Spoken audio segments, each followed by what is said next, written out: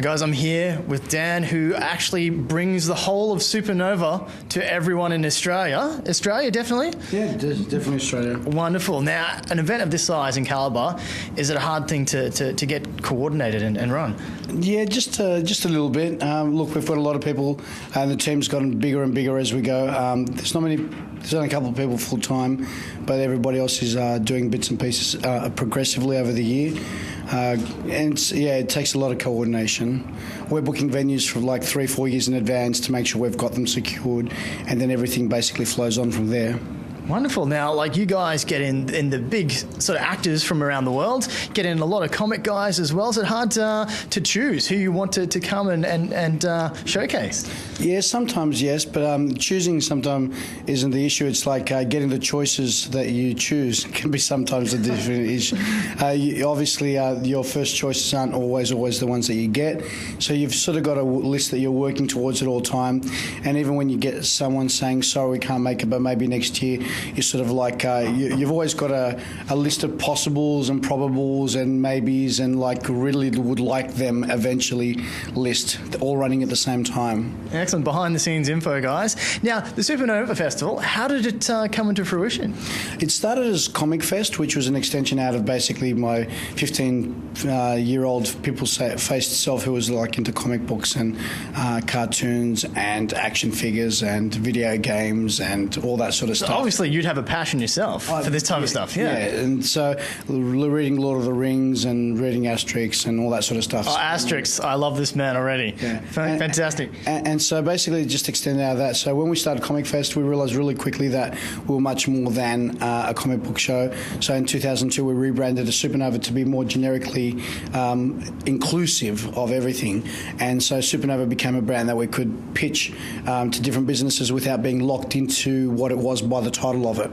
Okay, wonderful. Now, you guys are definitely in Brisbane. Where do you guys go to in Australia? Well, we start off in Sydney. Brisbane was our second cab off the rank, and then we've been running since 2008 in Melbourne and Perth, and then we started Gold Coast and Adelaide is our first one next weekend this year.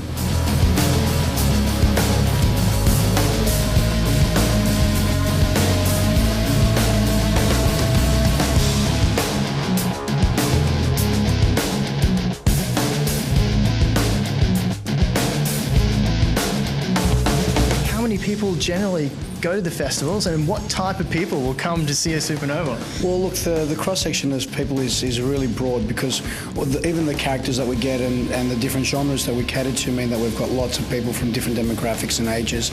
So, I mean, if you've got the comic book guys, you've got the anime fans, you've got the cosplayers, you've got the gamers, you've got the fantasy fans, you know, so you've got a little bit of horror here and there as well.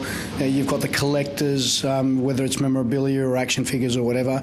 So you've got all those people, and I mean, when you think that Superman was created in 1938, you had Star Trek on television from 1966, Star Wars started in 1977, the Tolkien novels were written in the 30s along with the Narnia ones. When you collect all that together, our broad sweep of demographics is huge, and I'd say like massive, yeah. Yeah, and I'd say by the time we get to the end of our sixth show next week, we'll have probably gotten over 125,000 people across the expos over the year. So we're averaging over 20,000 people per expo.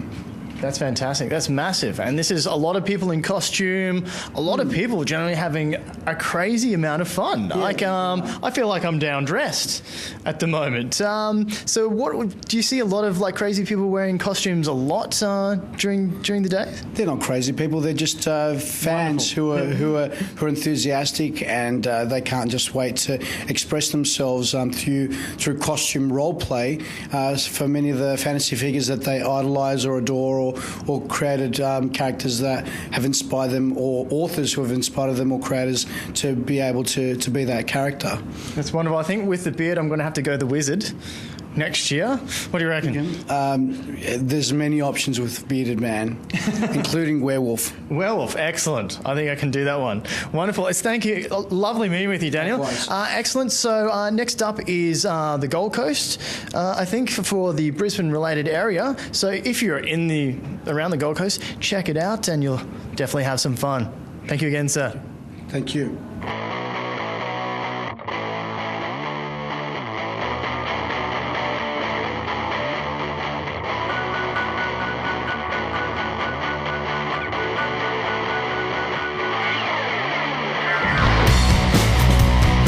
have an excellent series of books that I found out about. Now, what are your books about? I write keep you up all night fantasy books. And I actually have people email me and say, I hate you. I was up till 2 a.m. finishing your book. That is fantastic. I've read a book like that. Now, what sort of characters do you have in your books? They are rollicking adventure fantasies, and then down the front there I have my Letters trilogy, which is a intrigue and betrayal and doomed love and all the really good stuff. Fantastic. Now, have you been writing for a while? I think I have been writing forever.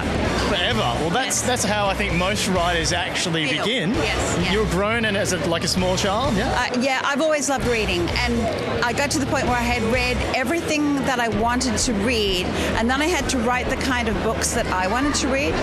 So if people want to contact you, how do they get in touch with you? They can find me on my website. If they Google Rowena Corey Daniels, they'll find me. Excellent. Rowena Corey Daniels, an exceptional writer. Go check her out. Her books will be out for you to grab, so I suggest you do. Thank you again. Thank you very much, Chris.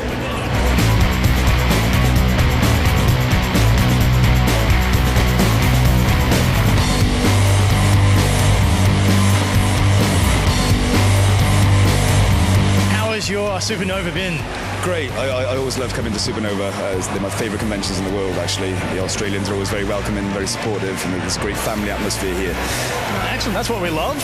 Have you met any crazy fans yet? Of course, there must be some.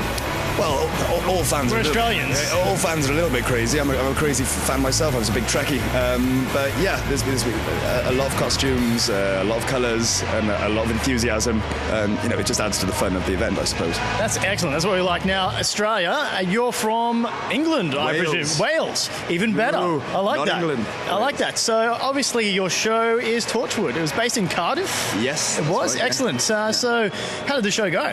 Really good. I mean, I've been out of it for a while. My character unfortunately passed away in the third series. Passed away. Now, did you have the epic dying scene? That is the question.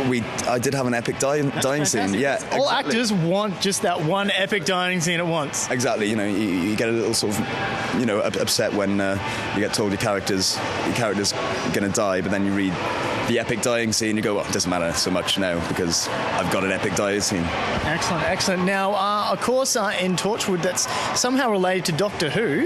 Yeah. Now, that's huge in Australia and England. How does Torchwood relate to Doctor Who? The central character in Torchwood was a character that was introduced in Doctor Who, Captain Jack, and they thought he was a great starting point to create a more adult show, but in the same universe. And okay, sounds good. So I'm sure everyone who's over the age of 18 would like this. Absolutely, or 15, depending on obviously rating. You're all right over 15. Yeah, absolutely. We're pretty adult here in Australia. Yeah, the characters in Torchwood are a little more human and a little more flawed than they would be in the family show in Doctor Who. Excellent. Now, you finished Torchwood. What's up next for yourself? I've just done a medical drama called Holby City in the UK. One episode has aired, and another 3 will be showing over Christmas and the New Year. I'm on tour here with a band as well. We're going to excellent! Play 2 gigs. You're a musician. What do you play? I'm a vocalist in a band called Blue Gillespie. Blue Gillespie, guys, check it out. Blue Gillespie. Yeah, and it's going great. We've just written our second album, and we're trying to get that to as many ears as possible. Sweet. Sounds multi-talented. Excellent. So we hope you enjoyed the Supernova this year. We're happy to have you as always. So guys, remember, go check out Torchwood and all of this man's wonderful talents. Excellent to meet you, sir. Yeah, and you. Bye-bye.